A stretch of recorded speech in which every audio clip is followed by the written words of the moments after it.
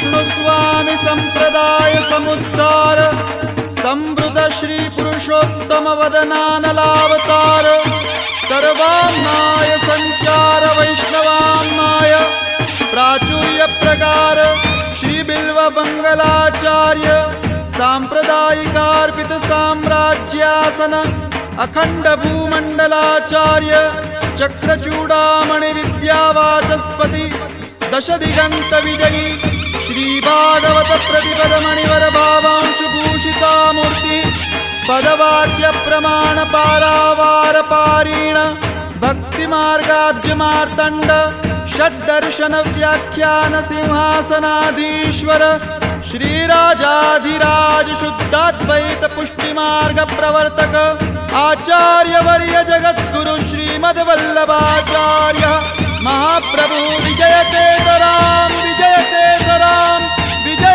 तमाम।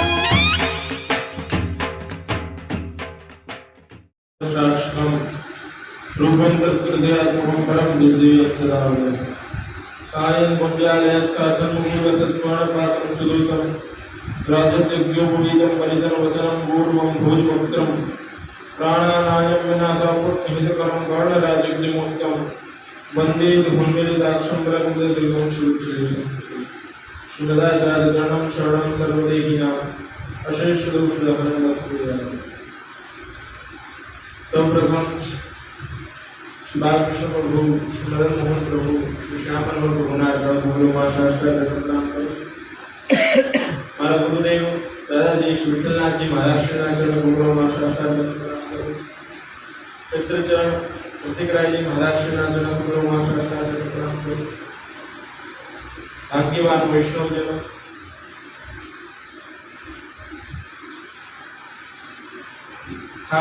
खास तो અહીંયા તો પહેલી વાર જ આવવાનું થયું અને ખાસ આવવાનું કારણ કે લગ્ન પ્રસ્તાવ મારો ને ગોપેશ બાવાનો બંને ભાઈઓનો લગ્ન પ્રસ્તાવ નક્કી થઈ ગયો છે। દિવાળી પછી 15, 16 અને 17 11મા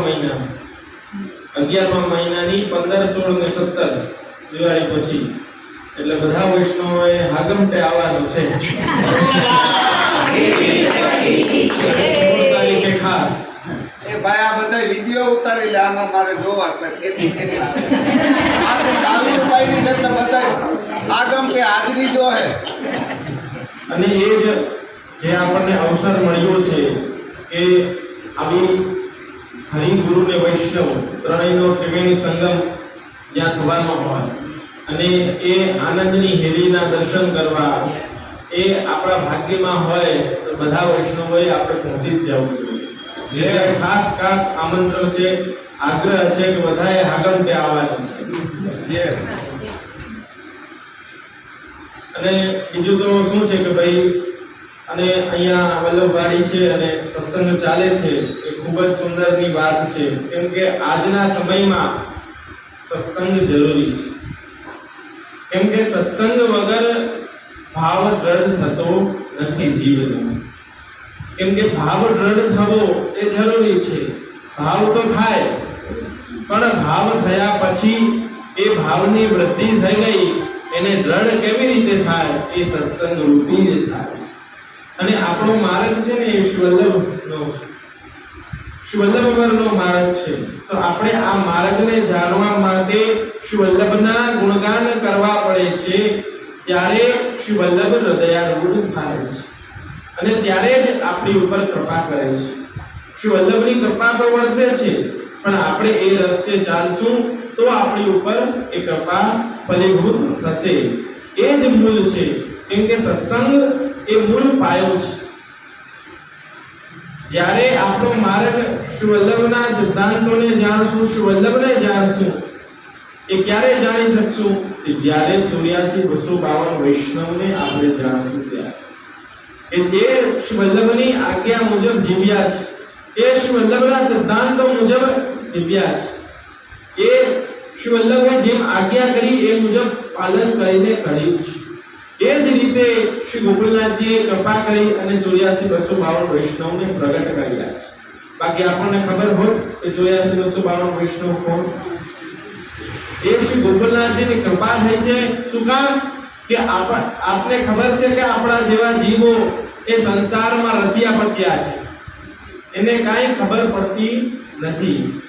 એટલે એ પ્રગટ કરીને કે શ્રી વલ્લભના સિદ્ધાંત શું છે, વૈષ્ણવને કેવી રીતે જીવવું જોઈએ, કેવી રીતે દીનતા રાખવી જોઈએ, દૈન્યતા રાખવી જોઈએ, કેટલું બોલવું જોઈએ, એ બધી વસ્તુનું કેટલો ભાવ આપણને આસક્તિ હોવી જોઈએ, કેટલું વ્યસન હોવું જોઈએ, કેટલો તાપ હોવો જોઈએ, કેટલી આરતી હોવી જોઈએ, એ બધી વસ્તુ એમાં આપણને બતાવી છે. અને એ જ્યારે વાંચન કરશું અને વાંચન કરીએ ત્યારે એમના ચરણની રજની કણિકા બરાબર પણ આપણા હૃદય કમલમાં ઉતરી ગયું ને આપણે પાલન કરી લીધું તો પણ આપણો બેડો પાર થઈ ગયો છે. એ જ વસ્તુ મૂળ છે. બાકી જીવા સ્વભાવ તે દુષ્ટા દોષા ભાવાય સર્વદા. જીવ સ્વભાવથી દુષ્ટ છે, દોષથી ભરેલો છે, ડગલે ને પગલે દોષ જ કરે છે.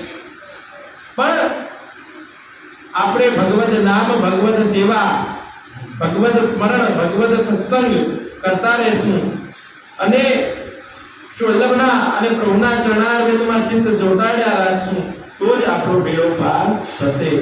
બાકી આ કલિકાલમાં, આ સંસારમાં આપણે ક્યારે કાલના પ્રવાહમાં તણાઈ જશું એ ખબર પડશે નહીં. એટલે શ્રી વલ્લભના ચરણારવિંદમાં આપણે એ જ વિનંતી કરીએ કે આપણી ગતિ, મતિ ને રતિ શ્રી વલ્લભ પ્રભુ ચરણ કમળોમાં ચોંટી રહે અને જેટલું બને એટલું ભગવદ નામ લેવાય, ભગવદ સત્સંગ થાય, ભગવદ સેવા આપણે કરી શકીએ. એ જ વલ્લભ પ્રભુના ચરણારવિંદમાં એ જ વિનંતી કરી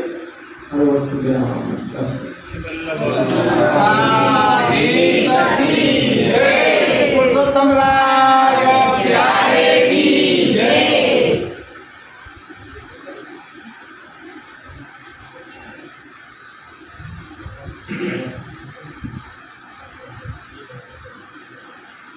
હવે આપણે બધાએ 15 હોડ હતું ને, 3 જોડી લુગડા લઈને આવવાનું છે.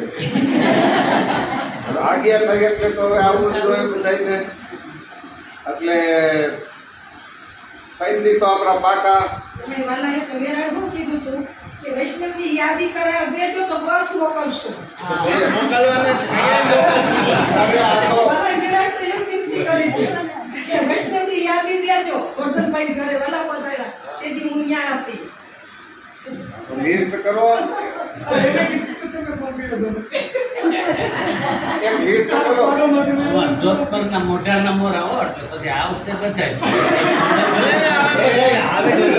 આખો જિલ્લો, આખો તાલુકો જામજોધપુર. વાલાએ કીધું ખરી કે હા ગમતે આવજો પછી એવી કૃપા હવે તો બોલે કોઈ તો મોઢાના મોર છે કાંઈ નહીં આવી જ જાય.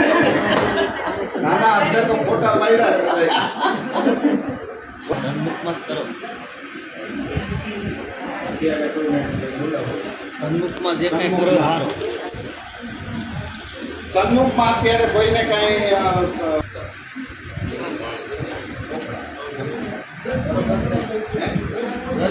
સત્સંગ મંડળના 3000 રેટ સાંભળો.